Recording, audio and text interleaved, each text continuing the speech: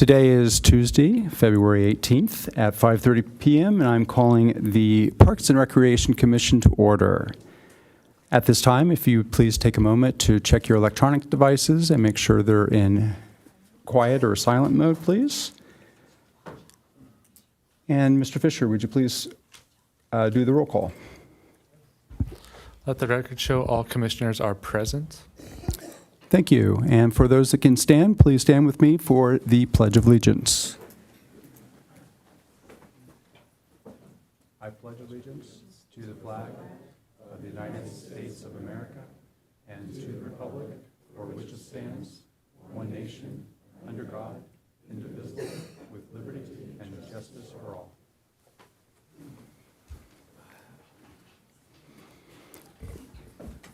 Thank you very much. Mr. Fisher, do we have any special presentations or proclamations? There are none tonight. Fantastic. I do see that we have a nice crowd tonight to provide public comment during oral communications. Thank you very much for taking some time out this evening to come in front of the commission and share your thoughts. We certainly look forward to hearing from you.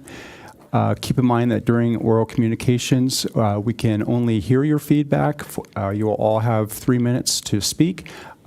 Unfortunately, we can't respond to any of the things that you are saying, but we certainly are taking notes. We're listening to you intently, and we appreciate you being here. Can we have our first speaker, please? Okay, we have 8 speakers tonight, and our first speaker is Leah Strell. Thank you. Hello. I'm Leah Strell, sculptor and creative director for EcoFest Encinitas since 2016, and most recently, Nature's Treasures workshop facilitator at Pacific View Art Center. We have organized and brought together the Pollinator Garden Steering Committee to help reimagine the pollinator garden and to bring out the beauty of this tiny but mighty space. When planted, we can provide an educational component for both children and adults working under Pacific View Art Center. This site will dedicate space for native plants, pollinators, milkweed, etc., for the pollinators to live and thrive and migrate, whether they are butterflies, hummingbirds, moths, or insects. The garden will be maintained bi-monthly with volunteers from our gardening group. We are currently bringing a nonprofit in to handle financial matters and insurance. We have community connections who will be donating soil, plants, tools, and labor. We have a few environmental groups interested in supporting us, including Eco Rotary, Clean Earth for Kids, and Encinitas Garden Clubs. We are requesting that the city of Encinitas help handle a day of cleanup for this very soon, or as soon as you're ready. Water responsibilities, updating the WaterWise drip system, and pay for water. We can share responsibilities with heavy cleanup on this site. It's at the back corner of Pacific View Art Center. We already have grants interested in waiting for the go-ahead. So for right now, we're just sitting on ready, and thank you very much. Thank you. Next speaker, please. Our next speaker is Jay Klopfenstein. Can I hand out items first or last? Certainly feel free to hand them out first if you'd like. Who do I hand them out to, all of you? Yes, go ahead and share. Okay.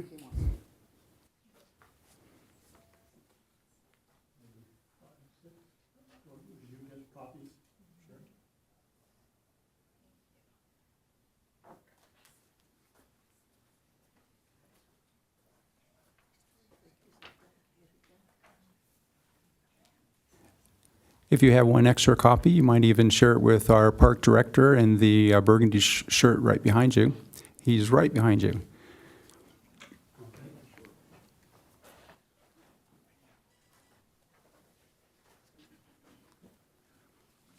Thank you for hearing me. I'm Jay Klopfenstein. I'm a award-winning environmental educator over the past 50 years at UCSD and UCLA, and I taught in Carlsbad for 40 years. I'm vice president of the CalRTA, California Retired Teachers Association Educational Foundation. I'm here tonight I visited your wonderful Encinitas Historic Schoolhouse and Pacific View Arts Center and was so impressed that I compliment you and am suggesting some things that you could add to 8A, your work plan. And this is the handout. I compliment you for such a beautiful and wonderful educational and environmental facility and site. I want to leave with you tonight this 8A 2025-2026 as a part of your work plan. And it's to produce a Pacific View Arts Center pollinator garden that would be set aside as a protected area next to your the schoolhouse. In this handout, you'll notice that it's how to create a schoolyard habitat. It would be like for the old schoolhouse area. There is a habitat area there that's been fallow, so to speak, for years. It was once the Pacific View Arts Center school, elementary school. I just happened to have taught there about 20 years ago, privately during the summer. So for monarchs and other pollinators, if you look through this, it's a basic plan that establishes a garden and gives your work plan some great ideas.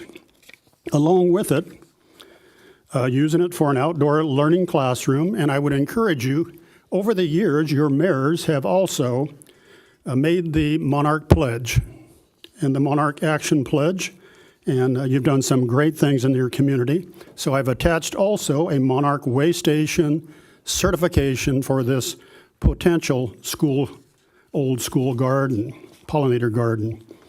And then the last thing that I placed in here, the last couple things, is I'm establishing across the state a pollinator license plate program that could help pay for and complement school gardens as well as public municipal school gardens or gardens, and encourage you to join my pollinator focus group across the state. 800 garden clubs across the state are supporting this, and the Rotary clubs across the state are now supporting it. It takes 2/3 vote, though, to get the license plate.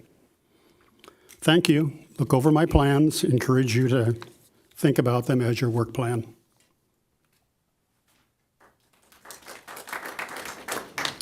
Thank you again. Excellent presentation. Next speaker, please. Our next speaker is Eric Coolball.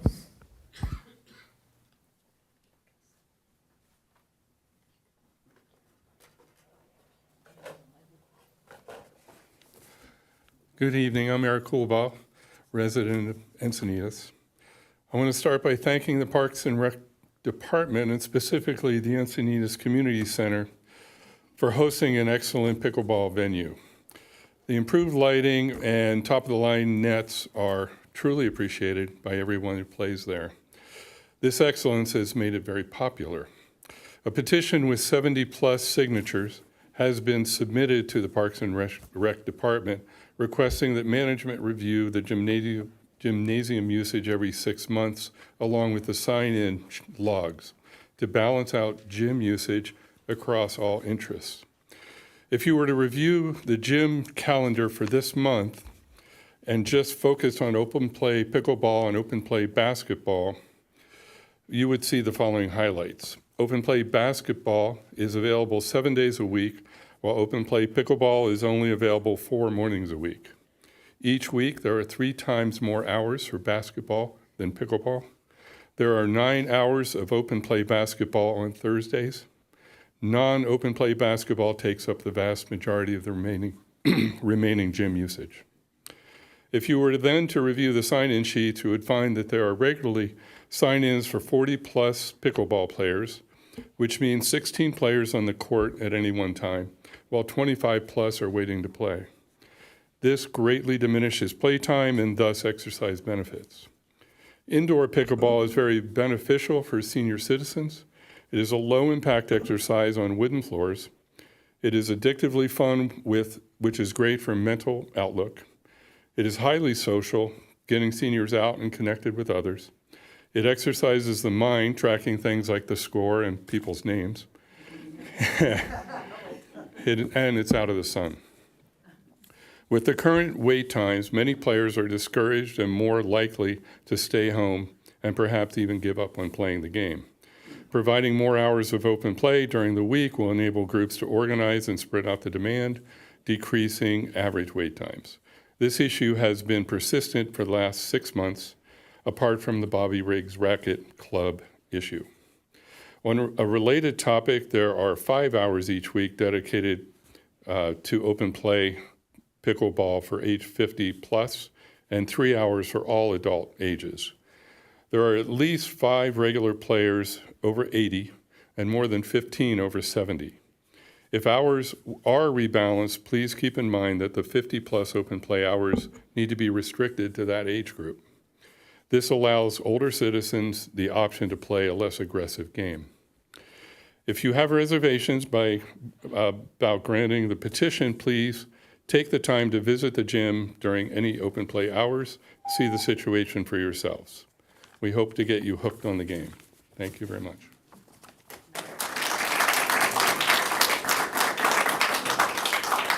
Thank you very much. Next speaker, please. Our next speaker is Kelly Corey. Kelly Kong, sorry. Hi, I'm Kelly Kong. I'm a long-term Encinitas resident. And I just wanted to say, I'm 63 years old. I kind of sit in the middle of this entire issue. I originally played with the women's basketball at the Encinitas gym for 12 years, about that. Active player, played every single week, never missed.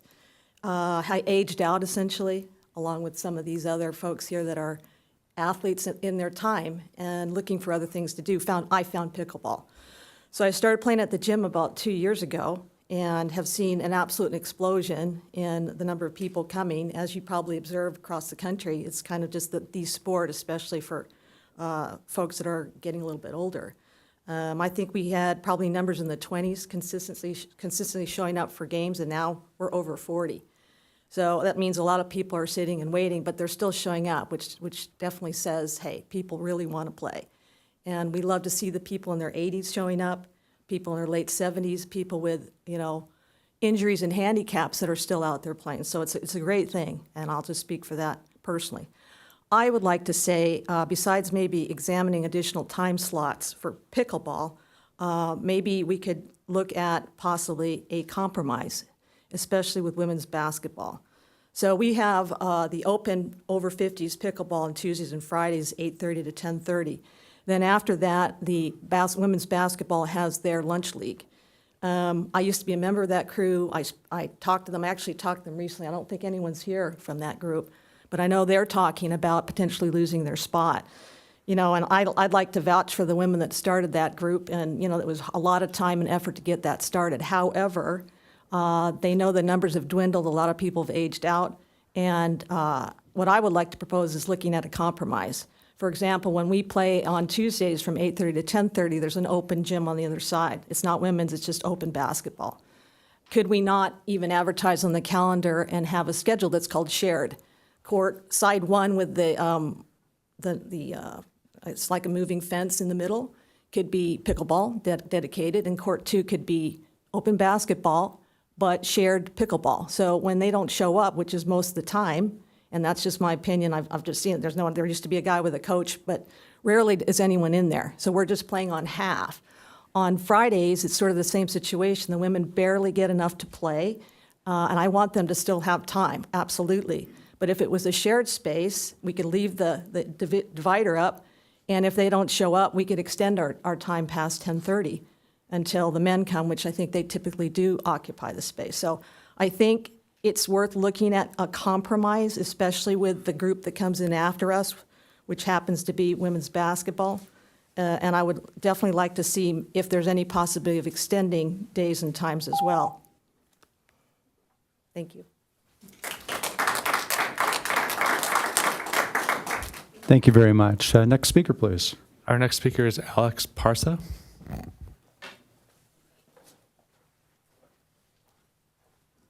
Good evening. My name is Alex Parsa. I'm a resident of Encinitas. I've lived here about 7 years. I was also an employee at Encinitas Community Center for about a year and a half. I was laid off January of last year there.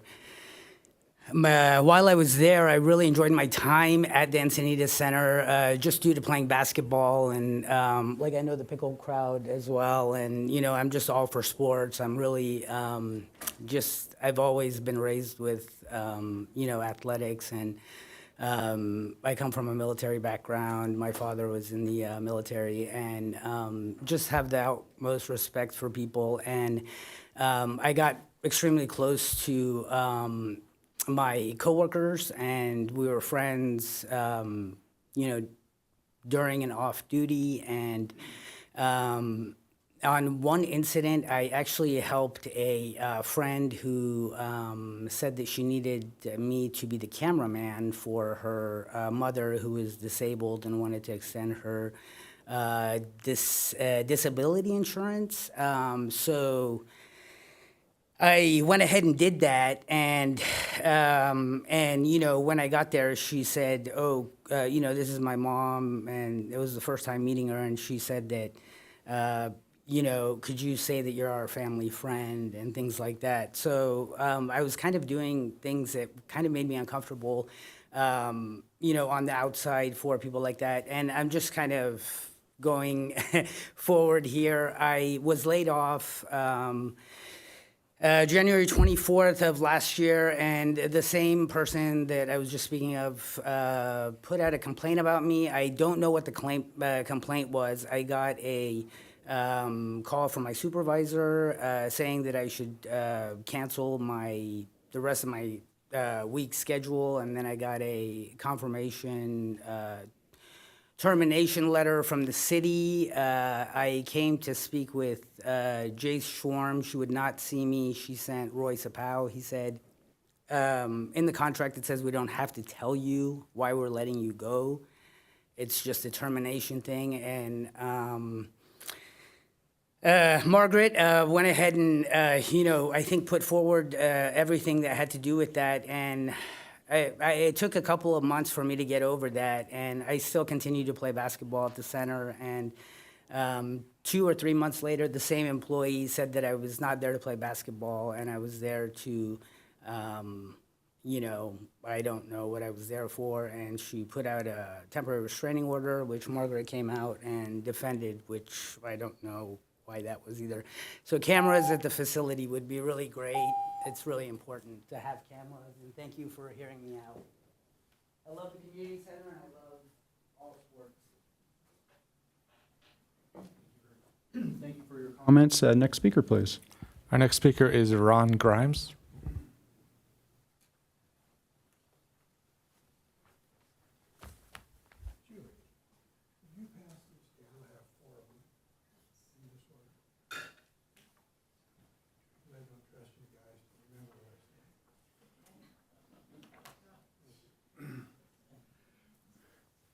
Well, thank you for being here. Better than down at the county where you got to go down at noon and lose a day's work to go ahead and talk. So my name's Ron Grimes. I live at 1411 Crest Drive. I've been in the community for 40 years and involved in quite a few things. What I want to talk about basically is the utilization of the fitness facilities in Encinitas. They need to change. There's been a paradigm shift in terms of what people are doing in sports. And it's happened so fast and so quick, most people don't even understand how big and how fast it's happened. If you look at this sheet right here, you can see that pickleball has grown from 4 million to 12 million, 13 million in 2 years. And if you get into 2024, it's probably 15 million. 15 million makes it bigger than anything, than even the biggest sports. And to put it in comparison to organized basketball has 4 million. So we have all of our facilities set up for what's happened, and now we have this new paradigm shift, and it's really not going away. I think I've lost my next sheet. Now, if you want to look at my next sheet, you can go ahead and say that people are reacting to it and also to verify the data. Dick's Sporting Goods store is interested in making money, and this is a tier 1 store for paddle sports and so forth. And if you look at this one for Dick's, they're, by the way, the biggest chain in the country with 800 plus stores. Pickleball has 67 pegs, not 2 or 3 for badminton. Tennis has only 50. Pickleball is 30% bigger at Dick's than tennis. And you see, compared to racquetball and badminton, they're even non-existent. And pickleball is 55% of what they're selling, which really gets back to what's been said over here about people want to play, but they can't get it on the courts. So they're responding to that.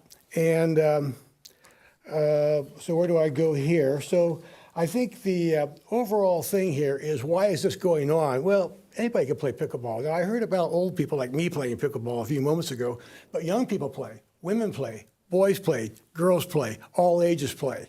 So the whole community isn't a small demographic. It's the entire demographic of our community is now involved in this sport. So it's probably only going to get bigger. And so that's going on. So you saw a little something there about the rec center and before, and so I've got some rec center information also. You got 78 hours essentially opened up. This is kind of rough data. It was kind of hard to pull off. 52 hours is basketball. 12 is pickleball. 52 to 12. And oh, by the way, they're taking away 6 of them in March. We're going down to 6 when pickleball is doing this. We're doing this. I understand that. I'm not mad at staff here. They've got the tsunami here. And I am out of time. Thank you very much.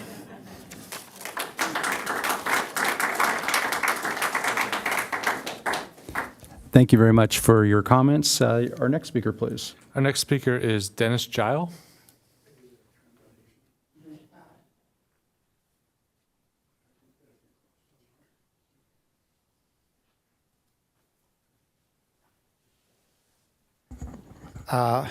I'm really amazed at how much I enjoy the facility. I've belonged to the San Diego Tennis Club for about 40 years. I've lived in Encinitas about 50 years. But in terms of what you're interested in, on my way to play in San Marcos, I stop at Stagecoach, which is Carlsbad, and they have a $3 fee that they charge. And I think it's kind of awkward. About a third of the time, they don't have their money situation set up, so they don't charge at all. But the thought that I wanted to throw out might be the idea of someone purchasing a card that could be punched out, and there might be a differential between those who live in Encinitas and those who live elsewhere. But I understand that the organized pickleball teams pay an amount in association with that organization. But I'm 78 years old. I really enjoy, I have memory issues. I've had global amnesia. But the exercise of meeting different people where we never play with the same player twice, and when we're not playing, we're interacting in ways that I find very valuable. So my purpose is just to give you a little bit of insight to what hasn't been talked about so far, but I'd like to leave the open to other people that have other thoughts that they want to share.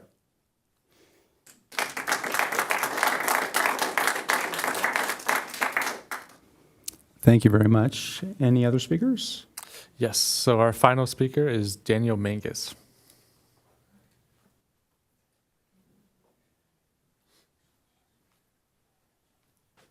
Common thread tonight.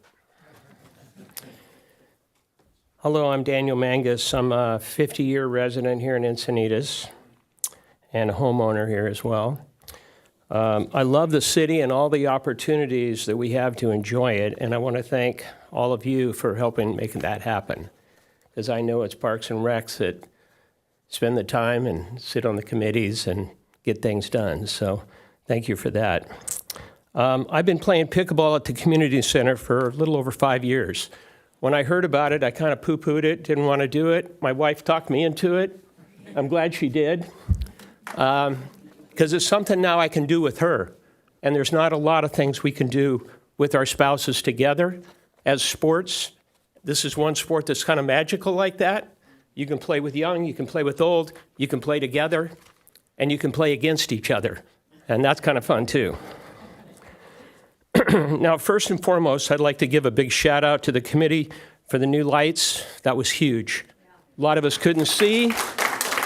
I know you guys went to bat for us. That was huge. We didn't expect the new nets, but when they rolled in, we applauded you all. We gave a big hurrah, hurrah for that. And also our time on the gym calendar. We had only a couple days. It went to 3 days. It went to 4 days.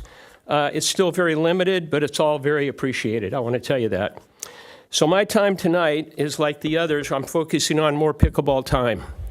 And I just want to bring up a few things that you haven't heard yet, maybe, is that we all sign in on the sign-up sheets. Every sport does it, but we don't get the readout. We don't see the stats. Somebody sees that. I suspect Troy down at the gym sees it. Maybe you guys see it.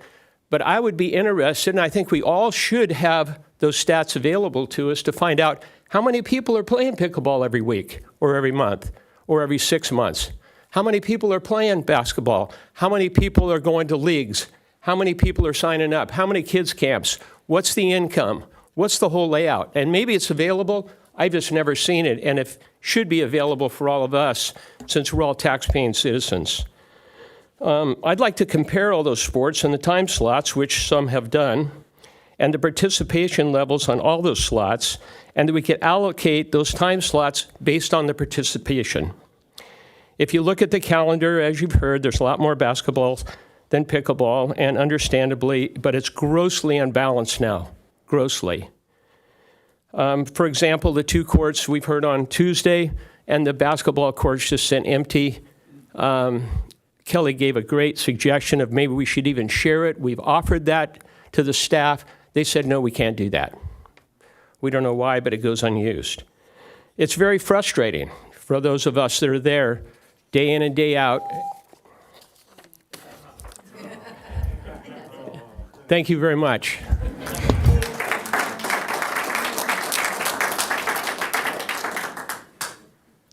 Thank you very much. Again, thank you to everyone that came out tonight to voice your opinion. I would say that we appreciate this graph. We appreciate that pickleball is a huge growing sport, and it's not just a fad that has been popular for a few years and will end up kind of fading away. I mean, it definitely has legs, and it is challenging for the department to try to find balance between users and to offer all sports available that we can to the community. I would say that we will, as you know, on our current work plan, we have a pickleball, tennis work plan item that we are continually focused on, and I'm confident that in the next term that starts next month, we'll likewise have a work plan item that will continue to look at these items and try to find a solution that works as well as we can for the very limited facilities that we have. I would also say long-term, we've worked with the department where they got grant funding, where we studied Encinitas Community Park for additional pickleball and volleyball courts, and that has been presented to City Council. So I certainly suggest that you take a look at that City Council meeting. I don't have the date as to when it was presented to them, but it was probably within the last 6 months, and I can certainly get that information to you, or staff can help you with that.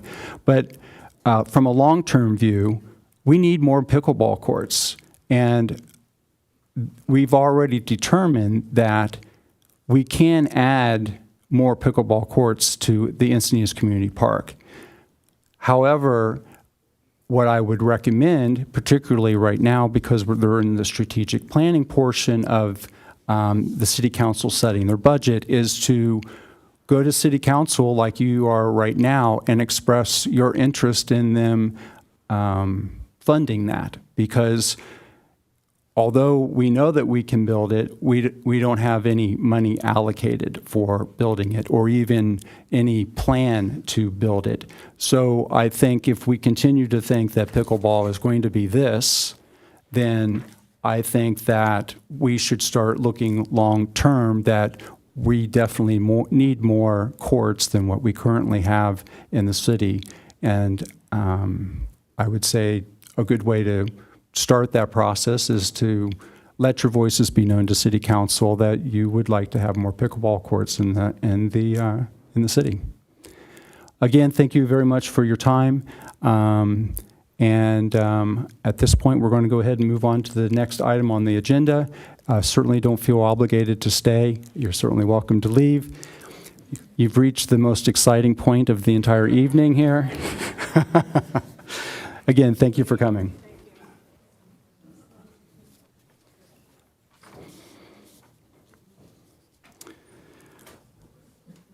And I don't see that we have any changes to the agenda.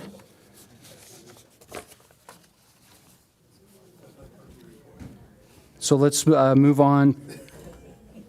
Let's move on to approval of minutes for the January 21st, 25 meeting. Were there any questions, comments, any revisions that the commissioners would want to make on those minutes?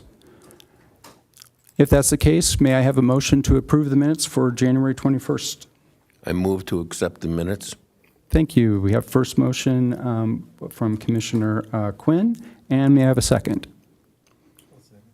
And Vice Chair Hansen seconds. Excellent.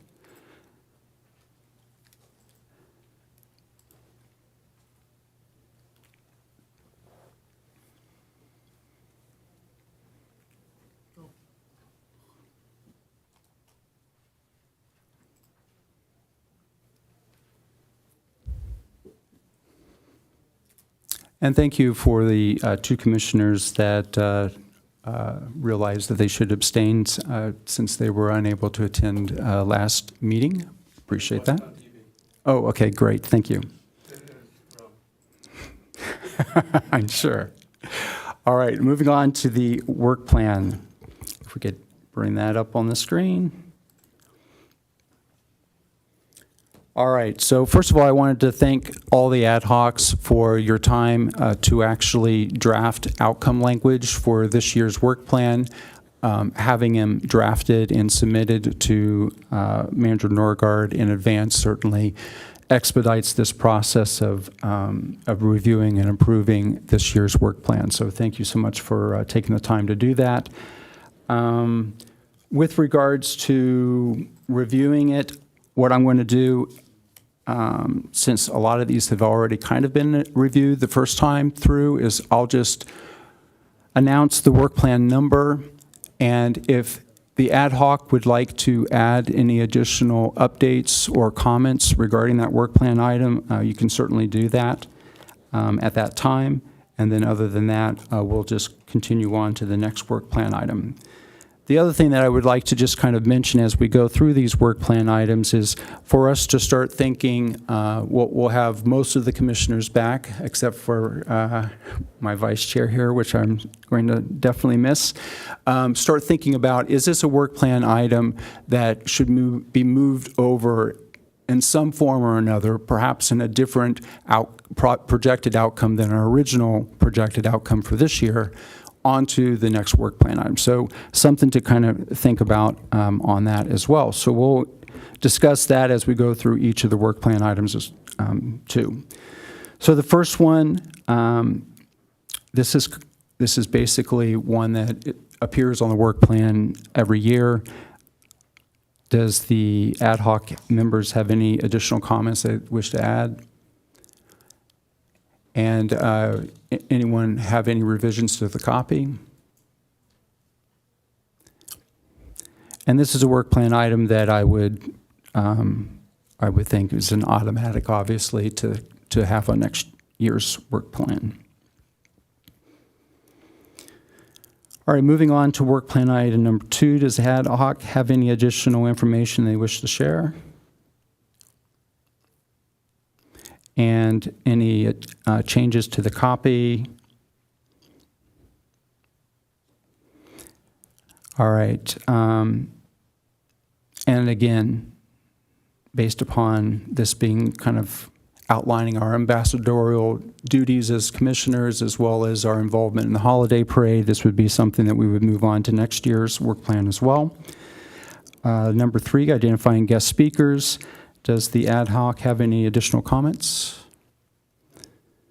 And any changes to the language? Just let me know if anyone wants to change anything. Again, this is a work plan item that shows up year after year, and again, I think we should consider that for next year's. As you're kind of reading through that copy, one other thing that I just wanted to mention that I propose that the commission consider doing is that in addition to assigning members of the commission to the work plan item and the ad hoc, is that I think it would be worthwhile to have a lead of the ad hoc. So there may be 2 or 3 commissioners on that ad hoc. One of those would be the lead of the ad hoc in the sense that they would be the ones that perhaps would interact with myself, or they would interact with Manager Norgard for anything that you might need. And then they would also take on responsibility to make sure that the ad hoc's work is continuing to move forward, and would be also the lead to discuss the status of the ad hoc. It was something that Commissioner Capiello and I had discussed, and I thought it was a great suggestion that he brought up on this issue. So whoever the chair may be next year, I think that might be a worthwhile thing to do. All right, so looking on to work plan item number 4 regarding the volunteer promotion and recruitment. So things are changing, and we may be changing software programs again from the VIP software that we currently have. So that's still in flux, is that correct?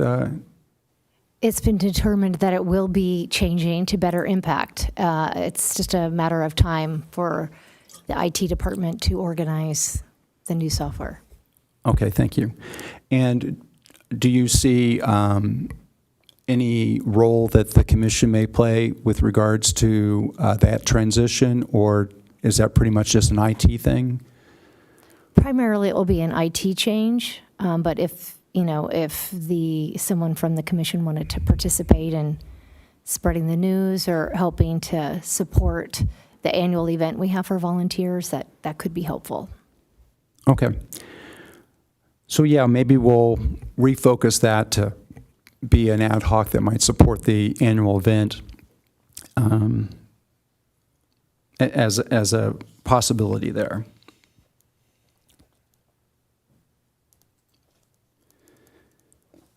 Does anyone else have any other comments that they wanted to make on that particular ad hoc?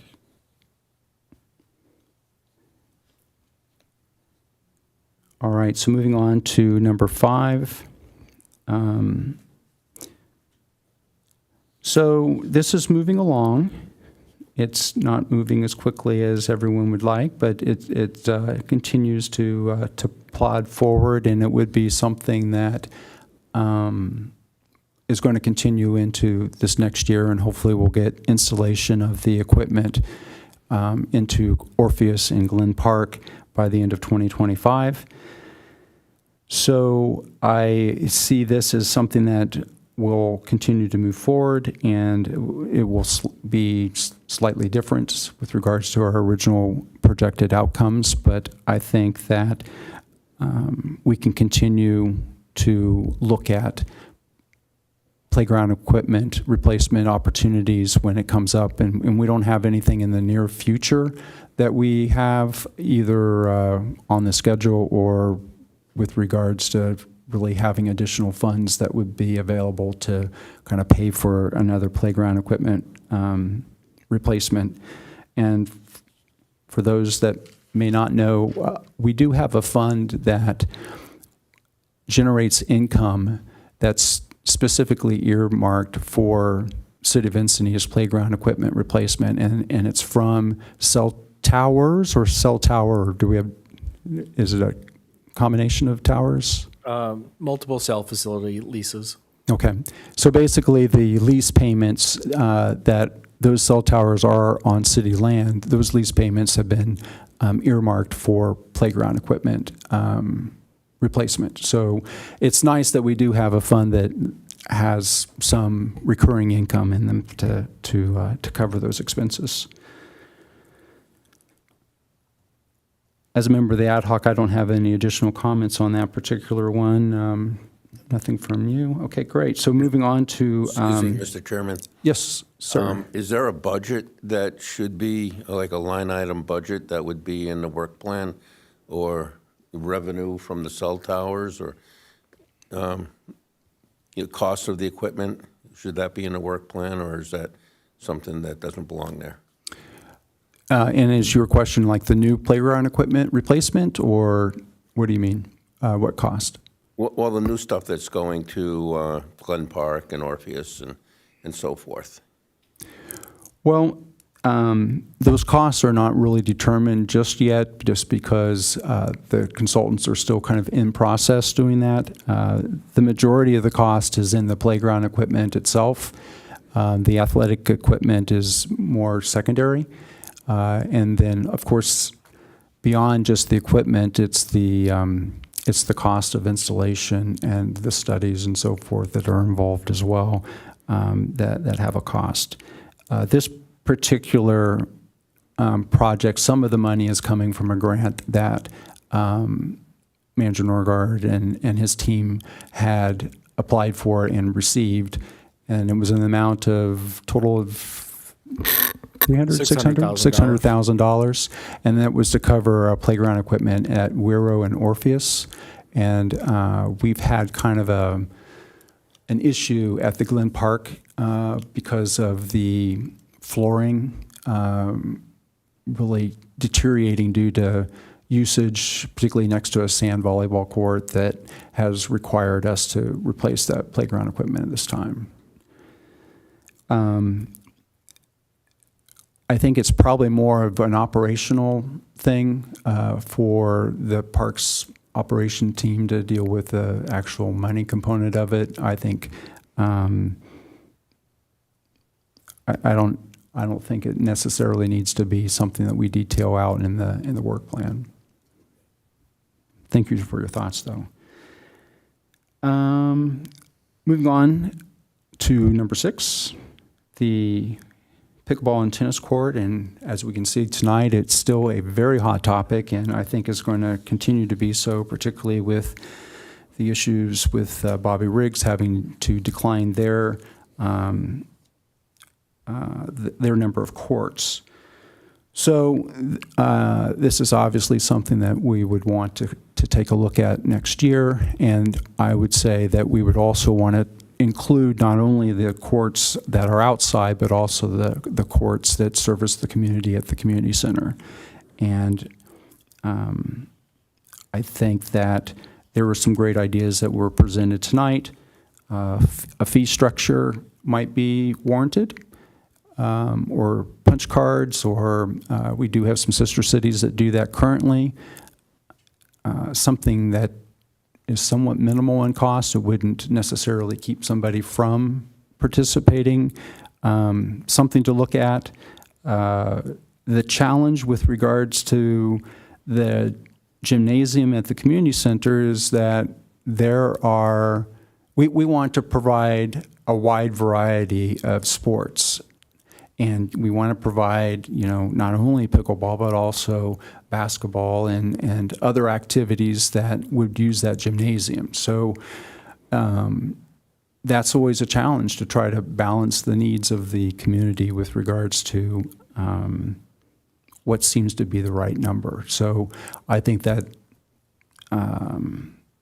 Recreation Services would certainly appreciate some thought and insight and research on behalf of the commission to maybe help with some of those ideas and interacting with the community.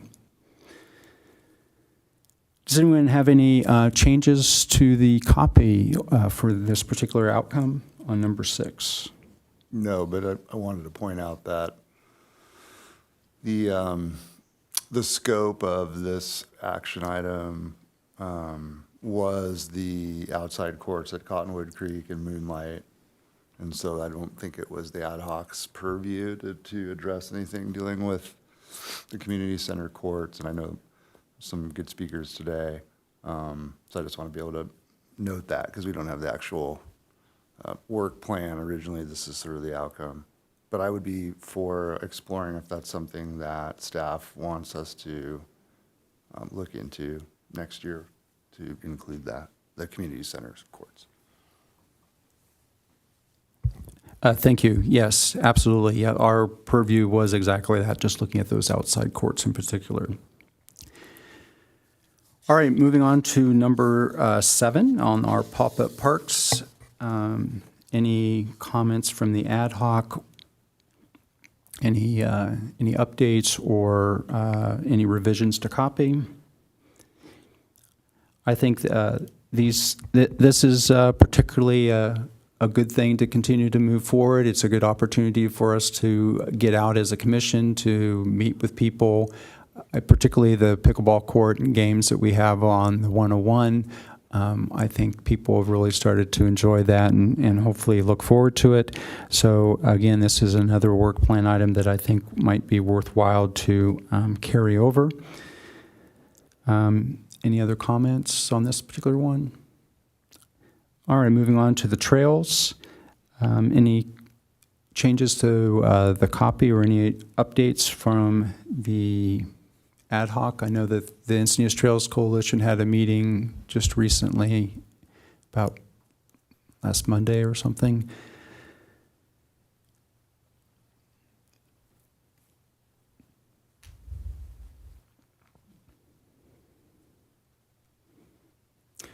And I think trails should always be something that would be on our work plan item. So, and I think maintaining that great relationship that I feel that we've particularly developed during this last session with the Encinitas Trails Coalition has been a great partnership. And so I was really happy to see them attend and do a presentation to the commission. And then I really appreciate the commissioners who have attended their meetings. So thank you for doing that. I think it really creates a little tighter knit connection, so that's great. Number 9, regarding the Harbor Seaside Parkway. This is an item where I reached out to the Carter Foundation. They are still a bit in a wait and see basis regarding getting some of their permits. I think they're also kind of gearing up this next year or so to start really working on their fundraising. This is a particular work plan item that I had placed on the work plan last year, and I would like to still provide some visibility to their mission, and I think it would be an amazing open space that would be created for the Encinitas community if they could get it built. So I would like to continue having that from a visibility standpoint and hopefully be able to help them in some way to kind of move that project a little further down. Any comments or questions on that work plan item?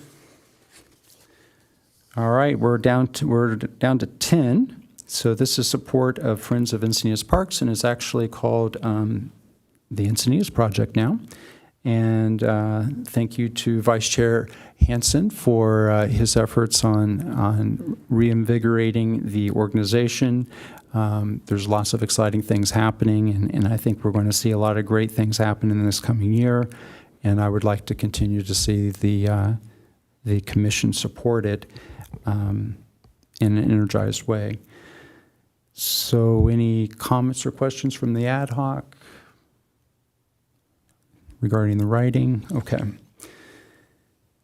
And number 11, the bylaws. There has been some work done on it. We were to the point where the Senior Commission and I think the Youth Commission has recently supplied some information, and it's gone back and forth a little bit to where they've got it narrowed down quite a bit to where it probably is going to be. It's not approved yet, but I would say the easy course on this is let's see how that Senior Commission one comes back, and at that point we would go ahead and make any hopefully minor adjustments to that, and we'll be done with it. So because it's not done during this term, we'll go ahead and push that to also get completed next year. The last one, naming possible future uses for the city land. Manager Norgard, I noticed that we didn't have an ad hoc committee assigned to that particular work plan item, and I know that myself being one of the members, we haven't done a whole lot on it just because there's not a lot to do on it just yet. So I think it was Commissioner Evers and myself and myself that was on that. Only the two of us, is that correct? Okay. So if you just update that when it goes to council, that would be great. Oh, were you? I think so. Okay, and then also add Vice Chair Hansen, please. And obviously, that's going to be another one that will move forward into next year and probably the year after that, and the year after that. Yes. So, yeah, that's kind of a 4-year time frame that we're looking for before the city even gets their hands on that property to do anything with it. If the question is, if it's what's in here is that there's nothing that's going to be done on it for a few years, is there really anything that would be taking place next year for this line item? I mean, does it have to be in our work plan if there's actually nothing that we can do or will do?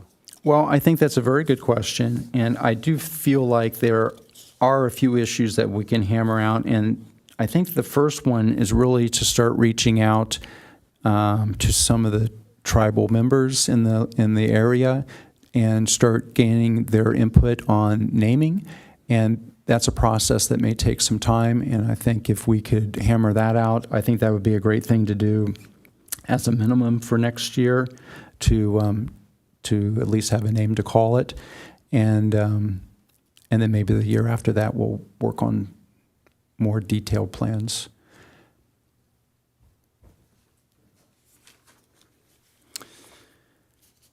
So I did reach out to our managers, both in recreation and parks, to kind of get their input as to ideas that they might want some help on from our commission. And as we look at our last year work plan, it was very park heavy. So I really wanted to see if we might be able to balance that out some with some of recreation services as well. So Manager Norgard feels that we're doing a good job with regards to the specific items that are currently on here. And he, at this particular point, doesn't really have anything else that he thinks that would be worthwhile for us to work on. So I appreciate that input. I do have a few items, and I'm merely mentioning them now to you to start thinking about whether it's something that you might want to participate in, or for us as a commission to add to our work plan for our next session. And we're not necessarily going to write anything up at this point because I really want to wait until our replacement commissioner is seated, and so that we can add people to ad hocs and get everyone's approval before we kind of move forward. But in the meantime, I did just want to kind of touch base on some of the things that Manager Hummer had recommended. So the first one was what we heard today, and that was about pickleball demands moving indoors, and the gym use is just not enough space to accommodate. the Bobby Riggs crowd, or just, the crowd that continues to get bigger and bigger and bigger here in the city. So starting to take a look at what are our sister cities doing with regards to any type of indoor community center type of open gymnasium pickleball usage, and how they balance that, whether they have a fee structure in hand. So I think that this one might be something that we would just kind of tie in with the other pickleball work plan item, so that the same team is kind of working on the project as a whole, and looking at all the facilities that the city has as a whole, and then helping out as much as they can to try to find some type of balance. The other option is that we actually do create two separate work plan items, but I don't know if that really achieves too much, and I would default to maybe speaking with the ad hoc. Perhaps you might have some comments as to how you think it would work better. I'm just, if I can speak to that, I guess one concern I have is like the pickleball ad hoc for this last year was dealing with courts that were designated for like racket sports, right? Pickleball, tennis, a lot of people have passions about it, and it's very specific. Whereas if we're dealing with multi-use facilities that the city has, I don't think it's fair to call that like a pickleball ad hoc. I think the more fair way to look at it would be what's that facility's usage, and if we're wanting to make sure we're getting the most out of it or more fair in the usage, I would suggest that it's a separate type of ad hoc to kind of look at usage rather than just calling it a pickleball thing, even though we know that that's where the current passions are, I guess. Anyway, that's my points on that. I think that's an excellent suggestion. Go ahead. You had something? Well, I was just going to postulate that maybe there's already a scheduling process in place that maybe they're bypassing a process that doesn't really involve us when it comes to scheduling the individual facilities indoors. They mentioned it, but they didn't, and they said they were denied. But I'd like to dig into that a little bit more. Okay, great.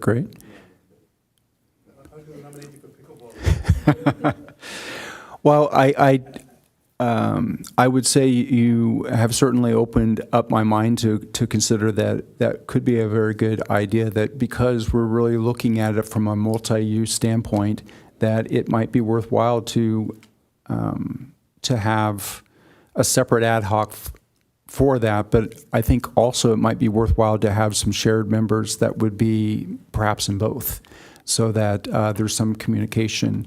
Not necessarily all the members, but maybe, one or two of them might. So something to think about, as you think about the ad hocs that you want to be involved in. Another opportunity that was provided was the idea of kind of branding and promoting rental space in our library and at the community and senior center, with regards to how could we reach out to the community to let them know that this space is available, so that we could increase our usage of those spaces, and then also in return increase our revenue. So right now, most of the promotion is basically through the city website, but there are certainly a lot of other opportunities to kind of get the word out, to kind of increase that usage amount. So that would be another potential ad hoc that the commission could consider adding. Another one is to kind of help a little bit with just general marketing regarding spreading the word, sharing the activity guides, posting on social media, on your own personal, or if you are involved in any type of social media from a community standpoint, to further kind of communicate what is available beyond just the way that the city currently advertises through like the rec guide. So there could be a marketing of recreation services side of things as well. And the final one, and I'm going to allow Manager Hammer to go ahead and maybe describe this in better detail because I'm not as familiar with it. But there's the Adventure Labs or caching, which is something that the Youth Commission has been doing and wants to continue to develop. And there's some opportunity where we may kind of integrate that a bit with Parks and Recreation. So perhaps you might just kind of describe that work plan item possibility. This is an activity that the Youth Commission feels very passionate about, and they want to integrate into events and different activities. It's still under review, so it's not finally approved to move forward, but we will be heavily relying on youth commissioners to develop this, but it might be something that Parks and Recreation wants to participate too. It could even be expanded to maybe trails and park sites and involves, photos, information about the site. So I think it could grow beyond just the Youth Commission if it moves forward. We would know by the next meeting whether it's approved and going to be happening. The first event we're looking at is Arbor Day or possibly Art Night to integrate. And it's an online app, and it's you participate, answer questions. It's interactive to engage more people to attend our events and maybe some different folks, or maybe bring people from out of town to come explore Encinitas. And would there be an opportunity to cross-promote that through our own Parks and Rec app, to where we could have a link and then they could just click on that? And Yes, definitely. On the current app that we have, you can post events and promote different activities that are going on. So yes. So those were the items that the recreation manager there had for us to kind of consider as additional opportunities for next year's work plan. So give those some thoughts during this next month prior to our next meeting. If you are specifically interested in some of that Adventure Labs or geocaching tours, she's provided me some links and background information that I'm happy to forward to anyone who might be interested if you wanted to look into that further. Anyone have any questions or comments with anything that we might consider for next year, or even add some additional ones that I haven't listed? All right. Well, fantastic. Well, at this point, let's go ahead and move on to our informational items, starting with our Parks Operations Report. Manager Norgard. Chair Ritter, real quick, for the work plan, are you guys going to vote to approve it tonight? That would be a good thing. We've worked hard on that, right? Thank you, Mr. Fisher. I appreciate that recommendation. So yes, let's, unless there's any other discussion at this point, I would like to make a motion that we go ahead and vote to approve the 2024-2025 Parks and Recreation Work Plan. Second. And Commissioner Quinn, second. Great.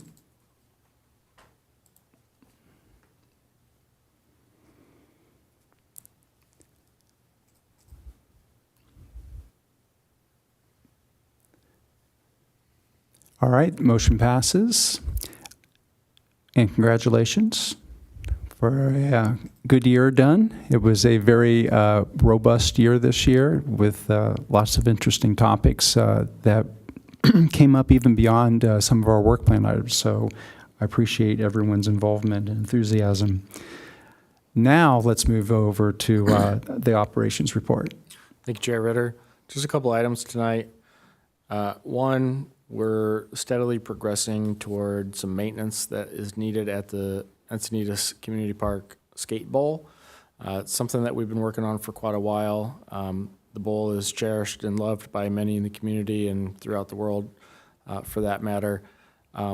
and it's in need of a deeper set of maintenance than we've been able to do since we've opened the park. And to do that, we had to hire some pretty specialist contractors, and we're working with the original designer of the skate park and the pool bowl to make sure we're getting all the right materials. So contract's been executed, materials are on order. We're probably looking at closing the bowl sometime in the next 1 to 2 months for probably just a couple weeks. We're going to replace the coping and some of the tiles that are around the coping and fix some cracks and stuff like that. Something that's really needed and we're looking forward to doing. We're going to do quite a bit of noticing to let folks know that that'll be closed ahead of time, but that's one that we're looking forward to getting done.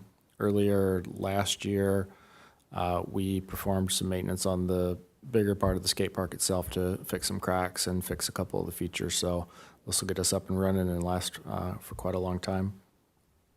And then secondly, we're going to be hosting a small-ish community-type event for a few folks at a time who want to help donate some time for the Scott Valley Park Playground Replacement Project. So we brought that to you all, I think, last year, and so I hope you're all familiar with the story that there was a community member who had a daughter who was disabled and sadly passed away, and they had an idea to have an all-inclusive playground. They approached many of the local cities who were not interested, and they approached Encinitas, and we said yes. They actually donated some of the funds that are going to go toward replacing that. And part of the design includes a small seating area. And in the middle of the seating area, we're going to have a mosaic set into the concrete. It's a special concrete called lithocrete. It's kind of somewhat of a Fibonacci circle, and set into the concrete will be coins, so nickels, dimes, quarters, things like that. And it represents just a whole bunch of school-age kids that donated their allowances and went door to door asking for change to help support this thing. So we haven't set the date yet, but we're thinking that it's going to be probably toward the end of March, and it'll be up at the community center. Folks can come in for 2 hours at a time, and we only need about 4 volunteers at a time. So we're going to have probably 2 days where folks can come in and they can help set these coins on this mesh screen. That will be used to basically when we install the concrete. So every one of the coins that goes in there has a little tab welded onto the back, like a vertical piece. So we'll glue those to this scrim with this kind of water-soluble glue. That'll harden, and then the contractor will take it out, set it down in the concrete, and as they finish the concrete, the water from the concrete releases the glue. You pull the scrim off, and then they can just finish coat that. And so those coins will be embedded in there for the life of the concrete. So we'll put some information out through our social media channels and our website, but I wanted to let folks know that that'll be coming up, and more information will be coming soon. And that concludes my report. Thank you. Just a couple questions regarding the Scott Valley Playground equipment. At what point is that project going to be done from an installation standpoint? We have the contractor's baseline schedule, and it has them finishing up end of April, early May.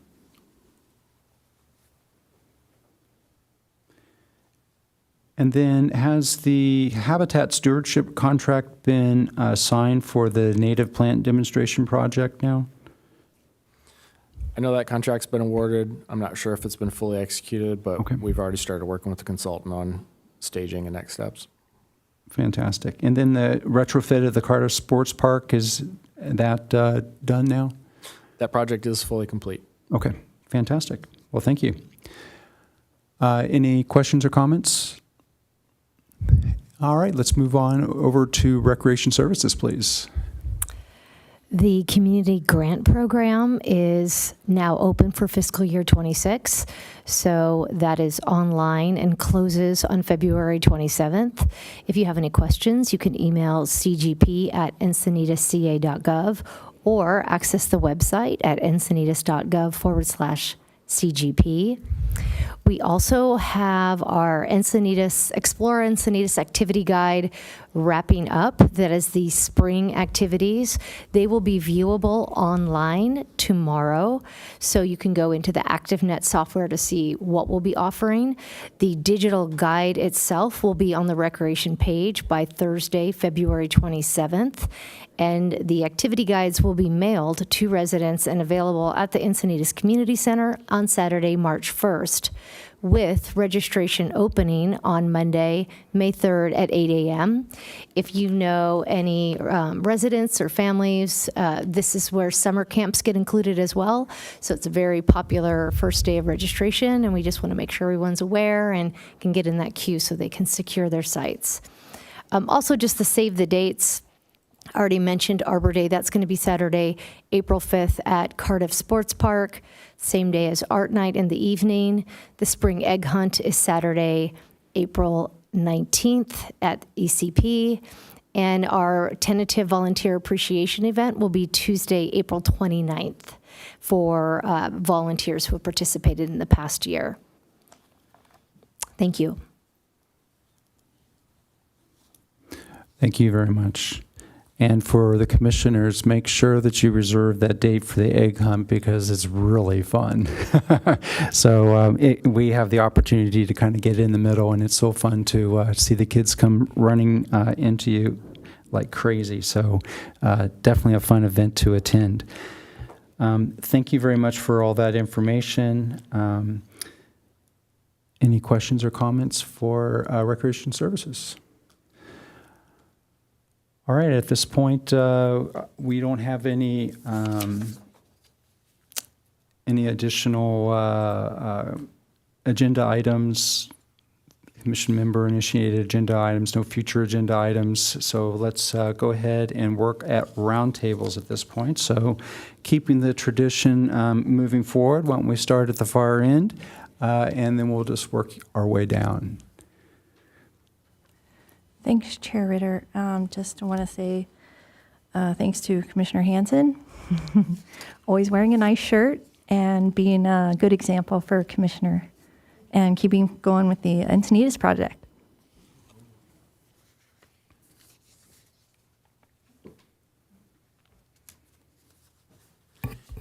I think we should have a retirement party for Commissioner Hansen for all his great effort and so forth. A couple of things on the ad hocs coming up. I like the idea of having a lead. That's a fantastic idea. Sometimes you think, well, he's going to do it or she's going to do it, or you know, and then nothing gets done. So it's good to have that liaison lead. Marketing work plan. I think we really need to work on our marketing quite a bit. So I think that would make a great ad hoc. And the facility use that Commissioner brought up. In retail, you got to give consumers more of what they want, not less of what they don't want. And when you think about, one of the residents had the idea of looking at the sign-in sheets and the use at the community center. How many people sign up as opposed to people that play basketball, and I think that really needs to be looked into quite a bit. I like our chairman's idea that we like to have a broad use, for other sports and stuff, but I don't see a need for ice hockey, and we don't have ice hockey here, and you could make an argument that there isn't an ice hockey thing, but it's pickleball. That is the big issue right now. Last month's city council meeting was packed in here. I don't know if anybody had a chance to either be here or saw it on YouTube, but it was standing room only, overflow. The fire marshal was here, not letting anybody in, so it was a very passionate, even though it was about the Bobby Riggs thing. There's a need for pickleball in our community, and I think it's incumbent upon us to provide it for our residents. And that's it. Thank you. Thank you for sharing all those great comments. Thank you. I just wanted to thank the community that came tonight, the speakers, to speak on the various issues. With regards to them thanking us for the lighting and the nets in the community center, I also just want to acknowledge the staff and the hard work the staff does in making that happen. So appreciate the kudos, but also pass it along. And just wanted to say thank you, Vice Chair Hansen. It's been great working with you. Appreciate your guidance, and I hope you're having a good time after this. Yeah. I've got really nothing to add, but been good working with you.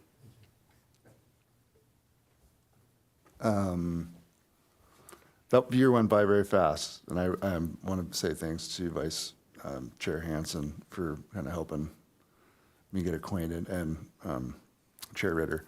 So you'll be missed. Thanks for your volunteer efforts here.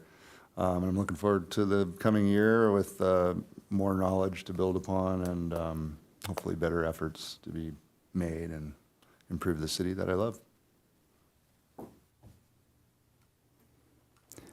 I think it's speech time, Vice Chair Hansen.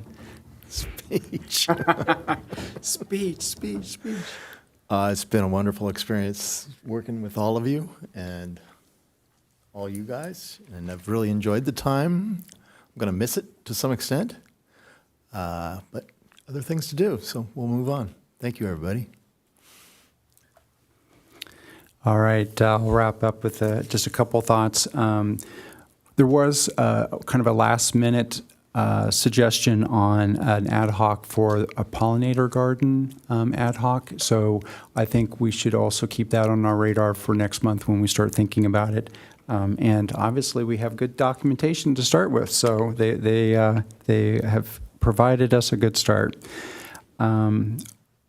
I would, first of all, like to thank the commissioners for electing me as chair this year. It's been my honor and pleasure to help lead the commission through the various things that we've tackled.